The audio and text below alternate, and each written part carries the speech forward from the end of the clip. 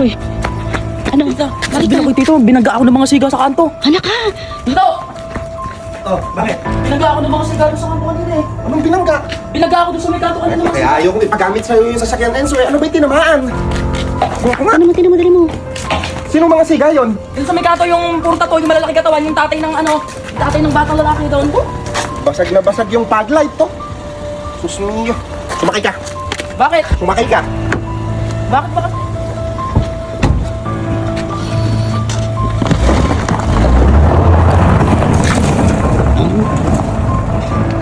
So dito nga mga kapapakul ay hindi nga natin palalagpasin yung ganitong mga pangyayari. Kaya nga dali-dali na kaming sumakay na sasakyan para masolusyonan na yung mga pangyayaring tulad ng ganito. Dahil unang-una sa lahat mga kapapakul na hindi ako papayag na ganito na lang nasira-sira ang aking fog light. Kaya nga naman hindi na ako nakapag-isip ng mabuti mga kapapakul at talagang sumugod na kami. At dito nga namin natagpuan mga kapapakul sa Sabang, Baliwag, Bulacan. Oo mga kapapakul, tama kayo nang narinig sa Sabang, Baliwag, Bulacan. Kaya nga naman mga kapapakul, bumaba na talaga ako dito para makita ko ang aking hinahanap. Kaya sino ba namang mga car owner mga kapapakol ang papayag na sira ang kanilang fog light? Gayong alam naman natin na ang fog light ay talagang napakahalaga dito sa ating mga sasakyan. Kaya nga mga kapapakol, eto na nga at nakarating na tayo sa bilihan ng fog light.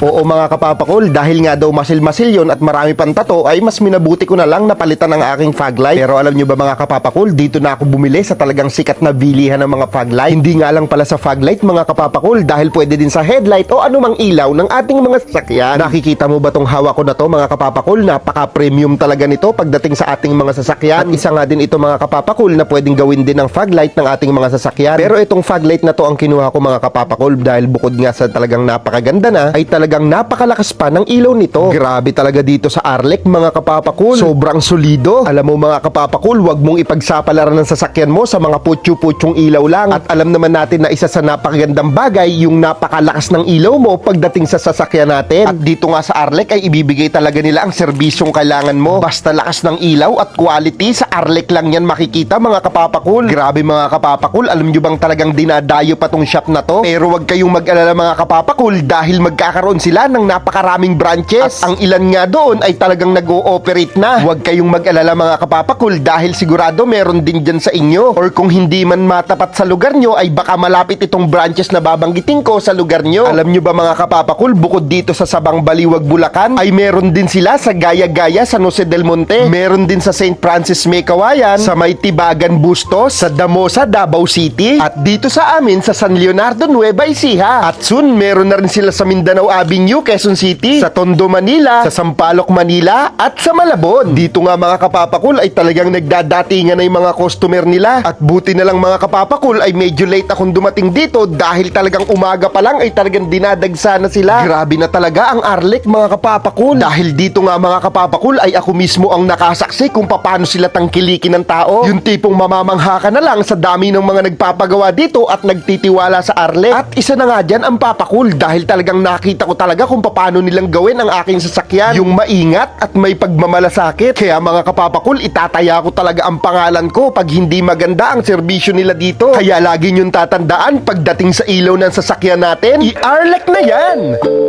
Sa dilim may liwanag, Alec on the beat, let's ride. Ay, pag sumapit ang gabi, kami ang sagot sa dilim. Alec lady, nakaong kalsada luminis. Hindi basta ilaw, premium ang galawan. Sa bawat liko mo, kita mo ang kaibahan. Hindi silaw, klaro ang cut-off line.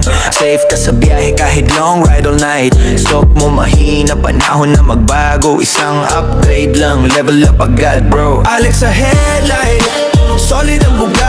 Gabi nagiging umaga pag nakasindi na mas maliwanag. Mas malinaw ang daan. Alec premium dit, subong na kahit saan. Alec sa headlight, solid ang buga. Gabi nagiging umaga pag nakasindi na mas maliwanag. Mas malinaw ang daan. Alec premium dit, subong na kahit saan. Plug and play lang, walang re-wearing stress. Ikabit mo ngayon, ramdam mo ang progress. Matibay ang build, di basta bumibigay. Kahit ulan, kahit alikabok, tuloy ang shine. Mapa city drive o out of town trip, Arlec ang ilaw na di ka i-slip. Kung hanap mo quality, hindi ka talo. Ilaw pa lang, alam na agad kung sino ka bro. Alec sa headlight, solid ang buga. Gabi nagiging umaga pag nakasindi na mas maliwanag. Mas malinaw ang daan. Alec tumiyod dit, subong na kahit saan. Alec sa headlight, solid ang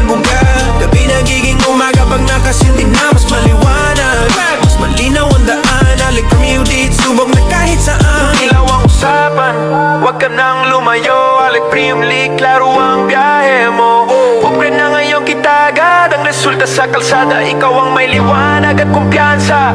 Kaya mga kapapakul, kung mahal mo yung sasakyan mo at concern mo ang seguridad ng pamilya mo, ay mag-invest ka na sa napakagandang ilaw. Yung sigurado, quality at mapagkakatiwalaan. Dahil pagdating sa ilaw ng ating mga sasakyan, i-Arlec na yan! Alex sa headlight, solid ang buga. Gabi nagiging umaga pag nakasindi na mas maliwanag. Mas malinaw ang daan. Alec Premium Lead, subong na kahit saan. Alex sa headlight, solid ang buga. Gabi nagiging umaga pag nakasindi na mas maliwanag. Mas malinaw ang daan. Alec Premium Lead, subong na kahit saan. Plug and play lang, walang re-wearing stress. Ikabit mo ngayon, ramdam mo ang progress. Matibay ang build, di basta bumibigay. Kahit ulan, kahit alikabok, tuloy ang shine. Mapa city drive o out of town trip, Arlec ang ilaw na di ka i-slip. Kung hanap mo quality, hindi ka talo. Ilaw